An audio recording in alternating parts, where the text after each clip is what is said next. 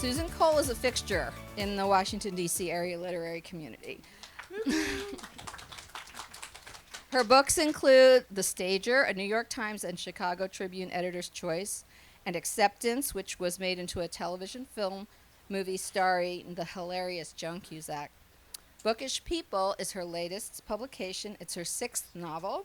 In addition to her novels, her work has appeared in publications including the New York Times Book Review, the Washington Post, the Washingtonian Magazine, Moment Magazine, NPR.org, Atlantic.com. I could go on, but I'm going to stop there. She's currently the president of Penn Faulkner Foundation, and she's part of the events team at Politics and Prose Bookstore. So welcome to Susan. Yay! Our other author is Shauna Robinson. She's the author of 2 novels. Her novel, The Banned Bookstore of Maggie Banks, made the list of best books and best picks in Country Living, Indie Next, Library Reads, Shondaland, and Good Housekeeping, and BuzzFeed, and Pop Sugar. And again, I could go on, but I'm going to stop there. She's originally from San Diego. Now she lives somewhere in Virginia. Very mysterious. And her bio online points out that she's an introvert at heart, and she spends most of her time reading, baking, and figuring out the politest way to avoid social interactions. Couldn't get out of this one. Yeah, she couldn't get out of this one, so please be nice to her if you see her afterward. Their discussion is going to be moderated by Hannah Oliver Depp. Hannah is the owner of Loyalty Bookstores in Petworth, D.C., and in Silver Spring, Maryland, and she's the founding member of the American Booksellers Association's Committee on Diversity, Equity, and Inclusion. She serves on the boards of the Bookshop.org, an open book foundation, and the Atlantic Independent Booksellers Association. And she knows a thing or two about bookstores, so she seems like the perfect person to be getting us into this discussion, and I will now hand it over to Hannah. Thank you so much. Major thanks to Gaithersburg Book Festival for having me and for all of you for coming out here. I was like, oh, it's like only 60 degrees, and now I'm like, I haven't been outside in warm weather in a long time. So I hope everyone's allergy medicine is working, and also for all of us that all of our deodorant is also working. I am truly delighted to be here on this panel. I love talking about weird book people. I love talking about bookstores and how it is both the best and the worst job ever imaginable. Full confession, Susan and I used to work together. She's one of my favorite people in the whole wide world. Shauna, I have been stalking you online, so this is like we're just gonna play it cool. It's fine. But I just truly love both of these books and their work in general, so this is going to be a good time, y'all. But before we jump in, I wondered if you all would take just give us your book elevator pitch so everyone knows what the heck I'm talking about when I ask you these questions. Shauna, would you take it away? Sure. Hello, everyone. Thank you all for joining us here. So The Banned Bookshop of Maggie Banks is about a young woman named Maggie who is feeling a little aimless in life. She's been laid off. She's living with her parents. She's almost 30, and she just has no idea what she's doing. And so when her best friend goes on maternity leave and asks Maggie if she wants to take over the bookstore for a few months, Maggie says sure. And she doesn't realize when she gets to her best friend's small town in Maryland, fictional small town called Bell River, that the entire town is obsessed with this author named Edward Bell, also fictional, who wrote a really great American novel set decades ago, and now tourists all come to see the place where he wrote his novel, and the bookstore isn't allowed to sell anything that was published after his lifetime because they want to stay stuck in the past and bring all the literary tourists in. And so Maggie decides to start secretly selling some more modern books on the side and holding events, all while trying to keep this all secret from Edward Bell's descendant, who is very closely watching the bookstore. So a lot of small town shenanigans ensue. Mm-hmm. Yes, shenanigans indeed. Susan? Yeah. I can already see the overlapping themes, which is not surprising because they're bookstore books. But my book is set during 1 week in August 2017 in a unnamed DC bookstore. It's the week of events in Charlottesville, so that kind of gives it a backdrop of seriousness at the same time that it's a kind of a madcap comedy. The owner of the bookstore is going through her own kind of crisis. She's recently widowed. She's very shaken up by Charlottesville. She's thinking that this might be a good time to sell the bookstore. At the same time that she's also thinking it might be a good time to barricade herself inside the bookstore and never leave. So she has some issues to sort through. And then I've also got the point of view of a beleaguered events coordinator. And also in the kind of overlapping theme area, I've got a poet who's scheduled to speak at the store, but he's effectively been canceled. This is before we even had the words cancel culture, but people are protesting him. They don't want him to be out there in the world selling his books. So Sophie, the owner, has to reckon with all of this over the course of 1 week, and then at the center of it all is a perpetually broken vacuum cleaner that we'll probably talk more about. Yeah. Both of your books really do have a reality aspect to them while being very funny. But the details that are in the book just really show me that there's been some customer service in your life, for sure. But I do want to get into our fabulous protagonists.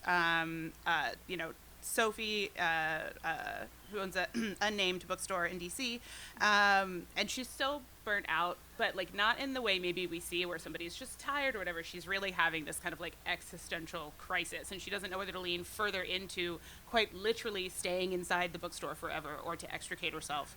And then Maggie, the titular character of the banned bookshop of Maggie Banks, is running the store on behalf of her friend, but she's totally lost. And she has like this dictatorial society basically who's like trying to run every aspect of this thing that's supposed to be giving her this vigor.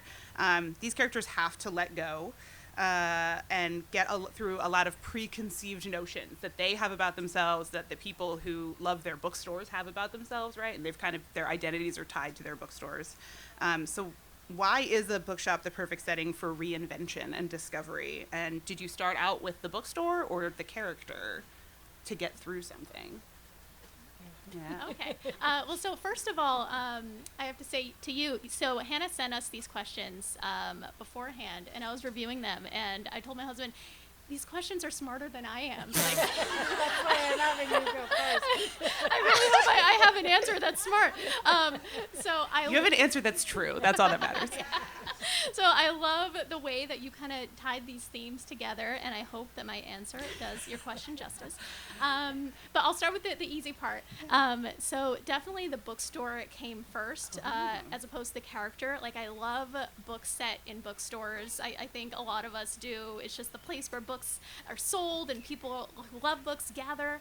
And I really wanted to write a book that's like a bookstore with chaos, where so, you're not allowed to sell something, and then you start selling something.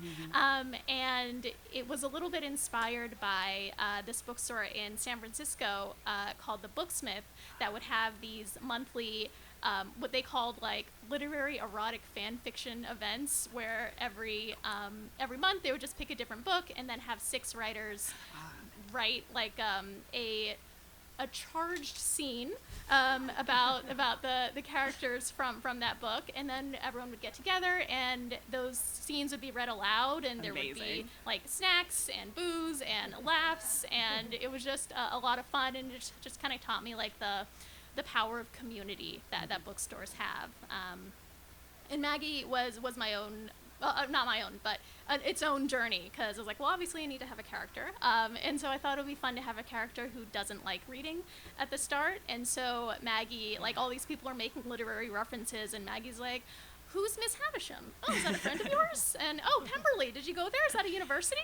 And I just thought it'd be fun to watch like an adult fall in love with reading, because I didn't have that experience. I always grew up loving reading, and so that's how that came to be. I hope I answered your question. Love it. Okay. Love it. Yeah. I admit I was a little stumped by that question too. So that's why I wanted Shauna to go first. But A very good question. We just don't have the smarts. Just Right, listen. right. It's all in the books, guys. It's all Right. in the books. right. But I think as for the reinvention, in some ways, maybe it's more specific to my job and the role I've always had at the store, which is events. It's like something completely new every day. It's like the whole slate has been wiped clean, and there's just a whole new influx of books and of authors and customers and a whole new set of crazy problems that you just never Every day. would have anticipated could happen. But yeah, but it's just got so much more to do with community. It's such a fun and harrowing place to work at the same time. But it really is like being on a college campus or something. Just everyone you know is coming in every day, and yeah, I think it was more inspired by the bookstore and really by the vacuum cleaner. The characters were more kind of a vehicle to tell the stories that I wanted to tell. So. Yep. I am so curious about this vacuum cleaner. Like, I haven't read your book yet, but I have very high hopes. I think now is the time to pivot to the vacuum. So there are like very repetitive trials that like each job has, right? Like each job has the thing that is like, oh my gosh, this again. Like we're gonna have to do this again. Like whether it's your email server crashes every day, or your vacuum does not work, or every time a certain person walks in the store, you know that they're watching you, waiting for you to make a mistake, and you're like, why? So I was kind of wondering, like, what is the there's like a challenge, kind of a repetitive challenge in each of your books. I wondered if you kind of talked about like the how that helps with writing for plotting, right? So you're like plotting this thing out, and you're like, I'm going to use this thing, this tension in the book every time, Yeah. Well, for me, I use this device, if you've read the book, called the End of Day Report, which is a real report that the store managers would send out at the end of every day, summarizing what happened that day. Everything from, this book was mentioned on NPR and all the customers want the book, to, a dog had an accident in the travel section, to These are not at all based on end-of-day reports that have actually happened. This Never. is not fiction, this part. But, I promised the owners of the bookstore that I was not going to write a novel set in a bookstore because I had no intention of doing that. But when I took a leave of absence, I was still on this end-of-day report distribution list. And I noticed the frequency with which the vacuum cleaner was broken, and it always came like amended with these notes like, well, it is working, you just have to kick it a few times, or so that was kind of the origin of the book. But I also really just wanted to capture the realities of working in a bookstore, because everybody thinks, somebody that I know came in once and saw me working there, and she said, that's so cute. And I thought, no, this is not cute. This is like a very stressful job. So I wanted to capture the realities of what it's like to work in a bookstore. Yeah. And meanwhile, I'm a fraud. I have not ever worked in a bookstore. So I just did like a lot of research and poking around. And no bookseller yet has said to me, like, this book is inaccurate and you clearly know nothing about bookstores. So hopefully some aspects are right. But I can speak to having worked in the publishing industry before this. Not like the interesting side of publishing, but this was like publishing professional development materials for professors and student affairs professionals, which if you're a professor or student affair professional, I'm sure what you do is very interesting, but to me, like a 23-year-old who like was hoping to get into fiction, like it wasn't all that interesting. And so I really love taking a job or a setting that can seem really glamorous and just kind of ruining it for everyone.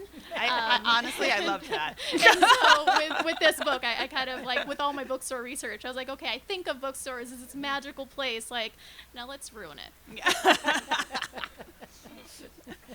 I mean, I think self-discovery and coming of age, I mean, like literally, like aspects of your book could be sections in a bookstore, right? Like it's like, workplace education, self-improvement, advancement, locking yourself upstairs inside of a store. How to win friends and influence people is absolutely a book that I feel like Maggie accidentally ends up using a lot of tips from. But I think it's like both of your books touch on the good and the bad and very ugly of how outside forces can influencing book selling, publishing, hand selling, from people being held accountable, the court of public opinion, traditions being challenged, trying to decide what direction to move your business in, right? You say, I'm going to move the business in this way because I think that's where it is. And then people who have loved the business for a long time are so mad, even if they end up loving it in the end. We're in an industry, actually, like book selling is very much so in flux. Publishing is very much so in flux. This is a really interesting time. I choose to see it as a time for great change and to further it so that we always have books and we always have bookstores. But there are days, right? Like there are days. How did you choose, it's good, it's not easy. Like how did you choose where to focus like the tension? Like where did the historical society that wants to control what this person shelves in their bookstore come from for you? So it started with me just really wanting to have like a really wacky element. And so initially this author who the town is obsessed with was the town founder. And I had this whole backstory that he had like given people, he was like really wealthy and he had founded the town and given people loans to start their business with.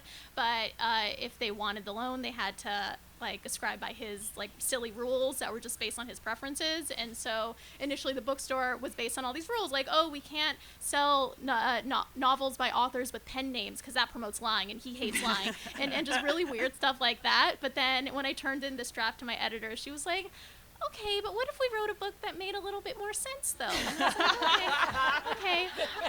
And so she had the idea that what if it's an author instead, and what if the rules were basically that the bookstore can only sell like these literary classics that were around during his time, and no like genre fiction, so no romance, no sci-fi, no fantasy, things like that. And then that kind of paved the way for just a really interesting like conversation about like what is considered a classic and why do some like snooty book types look down on anything that isn't a classic.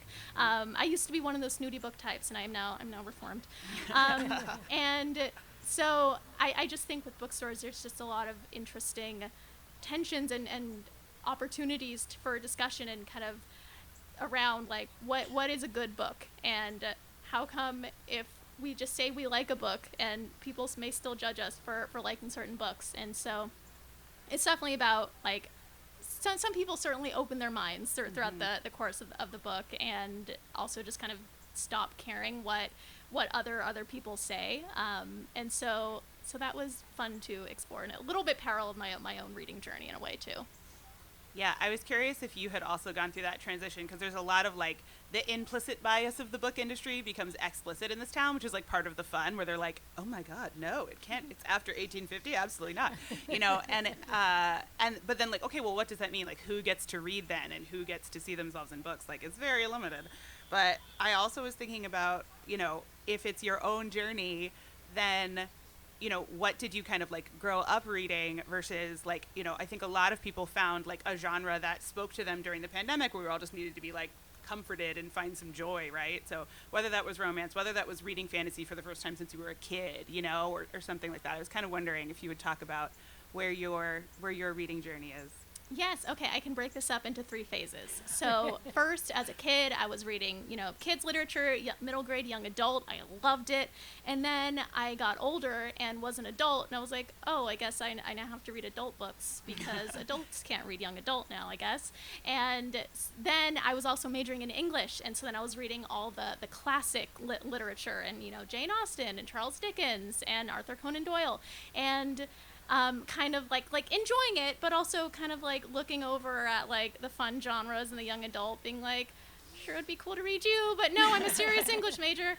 And then I think, I don't know, around my mid-20s, that was when I kind of was like, wait, I can read whatever I want. And so then that was when I actually like read romance for the first time, because I really hadn't before, and then started exploring other genres too. And I've also realized, like, if I track, because I have a book spreadsheet now where I track all sorts of things that are graphs. You got to share that spreadsheet. I love a spreadsheet.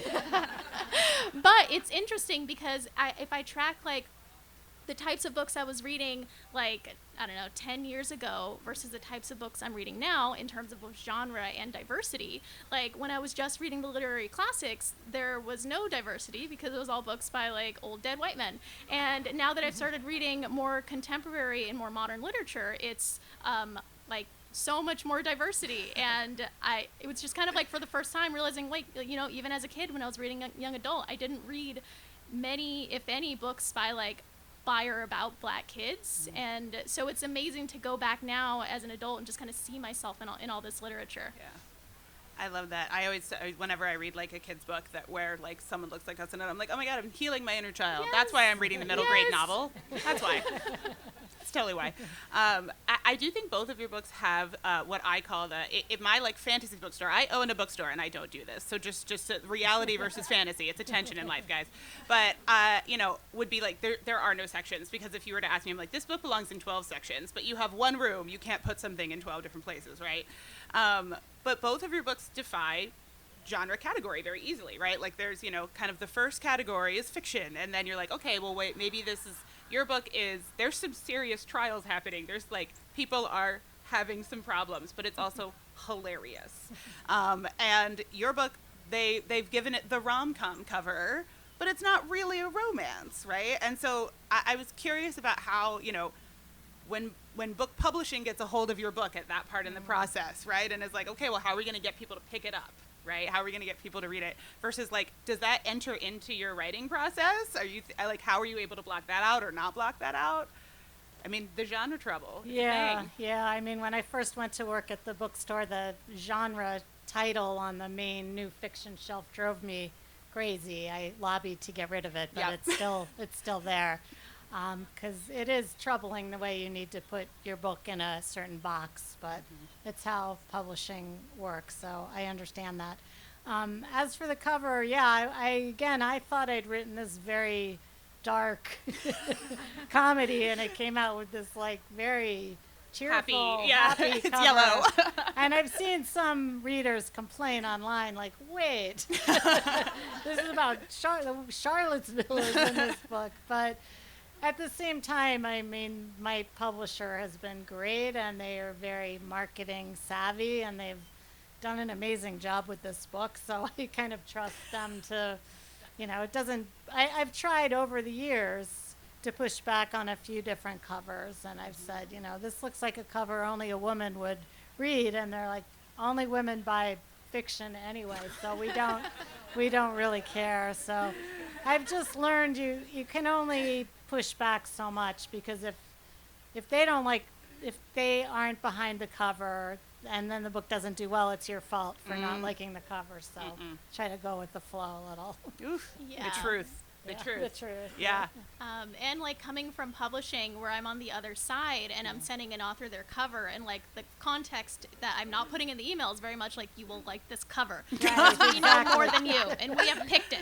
And so for like my first novel, I was like, okay, I have to be like the perfect author. I have to accept this. And so my first novel was a little bit darker in tone, and it similarly to yours, it was given the bright, colorful cover treatment, and there were readers your first book really deals very well with like depression and burnout really well, and like there's happy moments too, but I was like this is somebody's going to be confused on the internet. People were confused, and I was tagged in those comments, and so readers, you know, would post about feeling a little like, okay, well, I thought it was this, but okay, it's this other thing, I guess. And so happily my second book is like more lighthearted in tone, so that the cover matches. Like it still gets categorized as romance, but like, you know, there's like a romantic thread in there, so there's a little something. But for my third book, I was just kind of like, I don't think I want to write like a romantic arc at all if my publisher is just going to like take any little shred of romance and then call it a rom-com, and then we just have readers who feel disappointed and hoodwinked again. And so I guess I'm in my like rebellious phase where I'm sort of trying to control what like the expectations are, what the cover will be by changing up what I'm writing about and not having like that romance arc at all. But I mean I may go back to it down the line, but yeah, I'm a rebel right now. I love it. Defy those genres. Defy them. So there is something that I felt in both of your books that had to do a lot with like the roles that people get put into when they're in customer service jobs, and there's a lot of like preconceived notions about who fulfills those jobs and what their backgrounds are. And then a lot of that also, if you are like present female, there's also a lot of expectations in that in life. You know, obviously walking through the world as a female presenting person is exhausting. And then, you know, you get the customer service thing. And I thought it was very interesting that we have really fascinating supporting and main female characters in your book who are in positions of customer service. And it got me thinking about how those are kind of like related things, where there's some smile in bearing it, and then there's when do you push back, when do you get rebellious, when do you assert, no, this is what we're doing with my store, my space, and kind of how learning to pick and choose those battles. Because Maggie is new to this, and she's learning like, okay, I'm gonna lead an underground book club. I'm gonna kind of be a little sneaky here before we come out, and you know, that presents certain challenges, and that's certainly one way to take negative feedback. And then, you know, we have Clem, who's kind of already burnt out in this industry, is, you know, a beleaguered events coordinator, which I thought was a very funny description. And then someone who's been doing it for decades and is, you know, feels exhausted in a different way. And I was wondering, this is a very long way of saying, you know, when you have a character who must, like, put on a smile and bear it, like, how do you get that out in the book where it's, like, internal what they're doing versus external what they're doing? Because I think there's certain actions that they take that really, really manifest this, whether it's starting an underground book club or locking yourself in a closet behind a bookshelf. Yeah, well, for my character Clemmy, who's the younger one who's booking the events, her kind of rebellious streak is that she wants to bring this poet to speak at the store, even though her boss, who used to be a renegade and someone who wanted to take stands, is become afraid of the world and just wants to hide. So that's kind of her way of asserting herself. But, you know, what Hannah says is true. We actually started at Politics and Prose on the same day. Same day. We were, like, trained together. And, you know, in a bookstore, I think you do at least have a kind of kinder, gentler customer base, but it's true. Every once in a while, you're like, you know, if somebody's book didn't arrive in time or it got lost or something, it is kind of astonishing the way. We have a lot of emotions around books. There's a lot of emotions around books. Yes.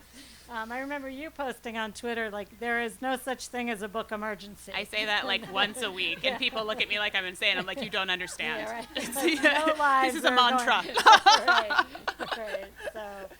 So that's Clemmy's way of trying to kind of have some control in standing up for what she wants to book, and also, you know, to some extent the bookstore owner, because you can't really hide from the controversy. Even if you think you're hiding from controversy, you can have an event. I made this one up, but actually I didn't entirely. Like a book even about flower arranging can become controversial because of the, you know, carbon footprint of cutting flowers. So you can't predict where it's going to come from, and to just, even now in the job, it still happens. It's like, who would have thought protesters were going to show up at this very benign event? So to just kind of have a spine and keep going. If I've in any way answered your question, I don't know that I have. So for me, I was coming from a position when I started writing my first book as an editorial assistant and in my 20s, and so I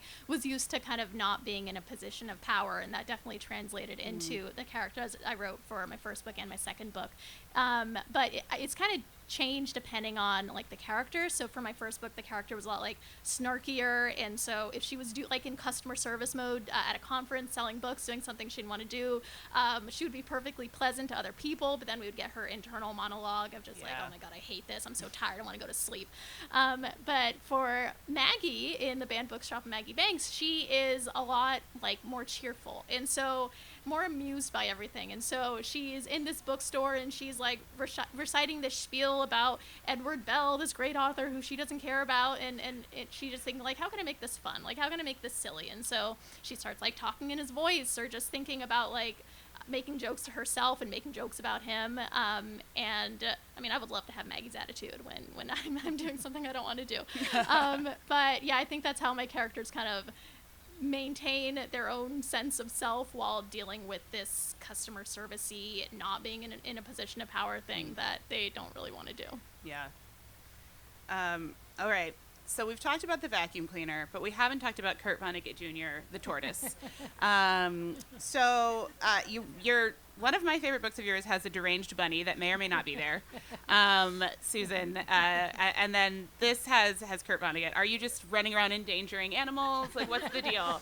That Kurt Vonnegut Jr.'s The Tortoise's arc in your book. I think has a lot to do with like the stress decisions we make and where we put our reading this in the pandemic while my small dog, who I put all of my emotional baggage onto, looked at me, was I felt some guilt. Yeah. Well, yes, I do seem to have a lot of animals, not intentionally, but I guess it's a theme because it will reappear in the forthcoming book as well. Exciting. But the tortoise was inspired by my stepdaughter when we moved her into her dorm at Bard. Her roommate had a tortoise named David Foster Wallace. And so until the very last edit on this book, that was the tortoise. But then I have a kind of very dark suicide theme going on with the canceled poet's wife, and then I thought, this is really, really too dark. A little too close. So Yeah. I changed it to Kurt Vonnegut Jr. Yeah. Wait, can I ask, what's the book with the deranged bunny? It's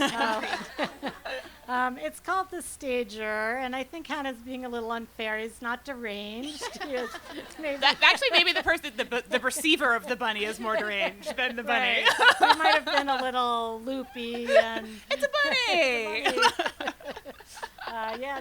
That one just came out of nowhere. It was one of those experiences where I was like, how do I land this plane, trying to write the end of the book, and all of a sudden the bunny just started speaking. I was like, I don't really believe in, I'm not a very mystical person, but the bunny just became a character with a speaking part, and he had a lot of wise things to say. So. I love it. We could listen to the bunny. We could all do better listening to the bunny. So both of you have mentioned, working on a next book. So I'm just curious about, your book is coming out, your book's out in the world, and you have to do these events that, as someone who hosts author events, I'm always like, I feel somewhat terrible for authors because these are people who like lock themselves in a room and talk to the voices inside their head, and it is a kind of solo endeavor, and it's a really exhausting magical thing that y'all do, and then we're like, come talk to crowds of people for days in a row. So where do your writing reserves get filled up so you can promote one book and then write your next book? So what are your writing reserves? What replenishes your writing reserves? Hiding. Just hiding from the world. More hiding. Yes. Increase the hiding. Yes. So I just hide away as much as I can, like just in my living room on the couch with my laptop. And then when I have to like get out and go into promo mode, I like panic about it for ages. And then I do it, and then I treat myself with like ice cream when it's over, and Yeah. I go back into hiding. There's definitely, I've seen people with ice cream cones around here, and I'm like, I'm coming for you. But I found, like, I went on like a small tour that my publisher set up in the fall, and that actually kind of helped with the stress of it, because like I was super anxious for the first one, but then I was like, well, you got to do like 6 more over the course of this week, and so then just doing it over and over again just kind of like made it less stressful for me. So I'm proud to say I didn't panic as much with this one. Thank you. But yeah, writing for me is like very much solitary. Yeah. Unlike my husband, who loves to do a thing where he'll open a Google Doc and then he'll like invite people to hang out in the Google Doc with him. I'm like, I don't want to be in a document with somebody else. But He's yes, a lunatic. yeah, solitary, hiding. That's my way. Love it. Yeah, I need some of that to get anything done, so I try to just carve out my mornings until early afternoon to write. And, as for the kind of speaking and the stress of that part, I think, again, counterintuitively, working in a bookstore has taken, reduced that, because I see just the sheer volume of books that arrive, that get returned, the number of authors that come into the store, and it makes me understand, like, this is not that important. It's important to me, but like the world isn't like No book waiting emergency. for No the, book right, emergency. There's no book emergency. There's no event emergency. Yep. So, Yep. yeah. All right, we're gonna transition into audience questions soon, so get those beautiful minds percolating. But we're gonna enter my lightning round. These are questions I like to ask, mostly to take the pressure off you of having to think. Not long answers. This is definitely not being recorded. You don't need to worry about that. I think it is, Anna. It's fine. Okay, so what was your favorite book as a kid, if you remember? We can pick any stage of kid life, too. Yeah, I loved the Narnia books, The Lion, the Witch, and the Wardrobe, I'd say. I'm going to say Just as Long as We're Together by Judy Blume really spoke to me as like a 10-year-old. I've read it so many times. So that's why someone locks themselves in a wardrobe. Right. Yeah, exactly. The last book you gave as a gift. Okay, so We Deserve Monuments by Jazz Hammonds. Such a good book. Sorry? Such a good book. Yes, it is like young adult, and it's about someone who moves to like a small southern town and tries to like reconnect with her family, and falls in love for the first time, and it's a lovely book, and I like know the author, so I'm very biased, but I was there for a signing, and I already had a copy of her book, and so I bought another one, and I gave it to my niece. Love it. My answer is not quite like what you're looking for, but my mom, who's here, she's in a lot of book clubs, and she sometimes hesitates to buy the books, so I always insist, like, you must have this book. So I give her a lot of books, and the last one I bought for her was the Florence Adler Swims, which Swims. I haven't read, but I will borrow it back after she reads it. All right, book you haven't read, but you keep meaning to. Like the whole canon of Russian literature, I would say. I'm married to someone from Moscow, and I'm embarrassed that I haven't read much Chekhov, so I would say that's next on my list.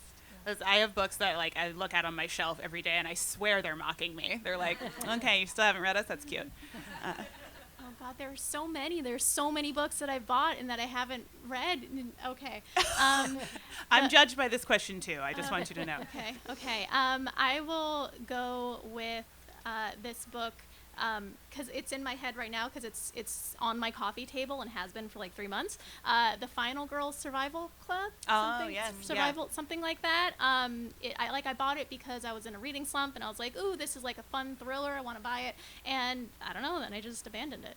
All right. Well, my last question before we turn it over to Q&A is, what are Shauna and Maggie doing right now? I mean, sorry, not Shauna. I made you your character. What are Sophie and Maggie doing right now?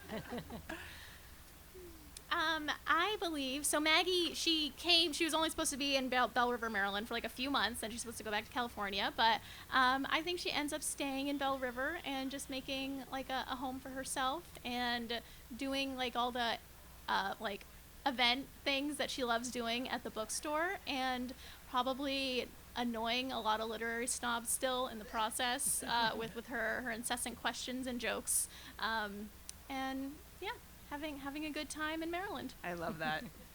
And I think Sophie has kind of gotten over her fears. I would hope she still owns the bookstore. She did not sell out. They were going to turn it into a Nike, a Cheesecake Factory. I can't remember which I decided on, Cheesecake Factory.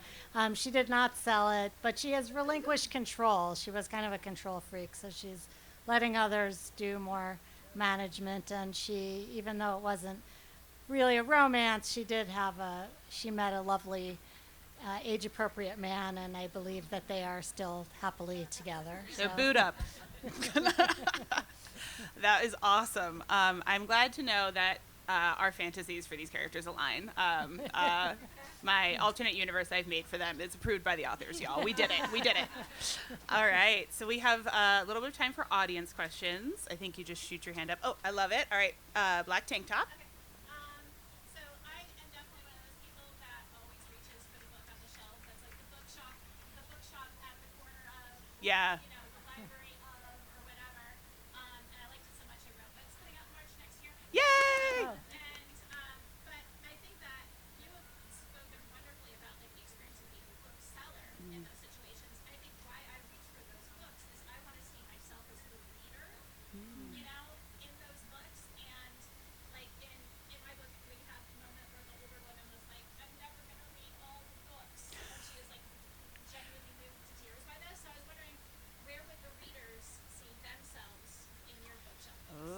question was, where would the reader see themselves in your Bookshop books?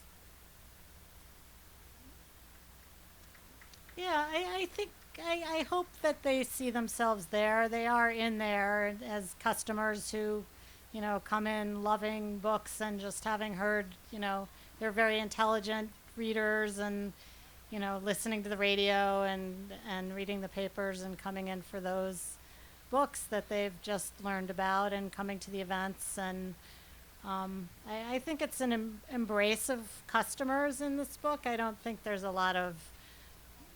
not really too many. They're kind of, the more I think about it, because that's a good question. Yeah, they're kind of fixtures of the bookstore. I kind of open it up with a panoramic scene of, the woman who always sits at this table researching whatever she's researching, and the customer who comes in every day and goes to the travel section, but he never travels. And so, it's very much a book about community of book lovers in that book. Yeah. So.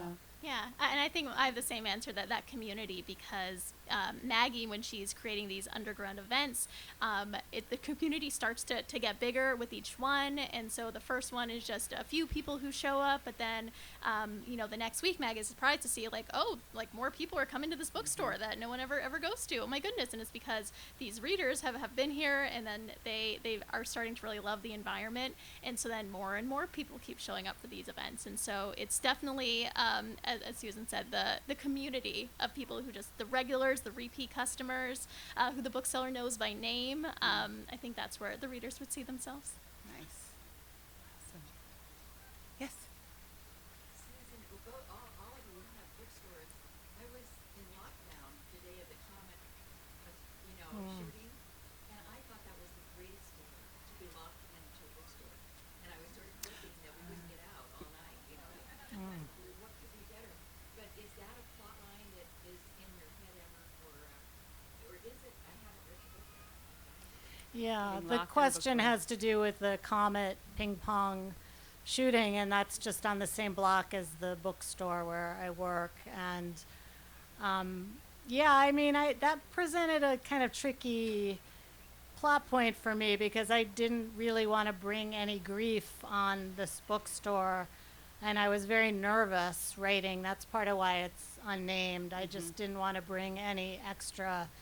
A lot of the awfulness of that moment trickled in on. I wasn't working there at the time. I was on my long leave of absence. But, they were getting a lot of nasty phone calls, and a lot of that was spilling over. So I was very conscious of not including Comet, not including anything that close to reality. But, of course, Charlottesville is in there. So it was a tricky plot point. So. Yeah. Getting locked in is great. Yeah, Yeah. right, Yeah. in the abstract. Just get locked Exactly. in the bookstore Yeah. for reasons. Yeah, because my first thought when you said that was one of my favorite kids' books, from the Mixed Up Files of Mrs. Yes. Basil E. Frankweiler, Yeah. where they're in the aquarium The museum. Metropolitan Yeah. Museum Yes, of museum. Art. I It's love the that art. book. Yeah. I should have said that. That is one of my favorites. And so that, I remember that concept being really exciting to me as a kid. And so the concept of being in a bookstore overnight, that sounds fun. If there's a fun context around it. Right. Time for probably one more question. Yeah. Yeah. Thank you, Susan. I got invited to this book festival by my friend Dean here, and when I looked at the list of authors, the only one I recognized was you. Oh, thank you. So I was like, I gotta go. Oh, And I thank first you. started in a weekend. I loved it. Ah. Thank It was you. great, and it was so, I love character-driven books. I love Sophia, and I loved her relationship with her son and the band and everything. It was so Oh, good. thank you. That's very nice to hear. Thank you. Thank you. Well, good vibes are a great place to tie it up. So please give the volunteers, everyone working this festival, and of course our amazing authors a round of applause.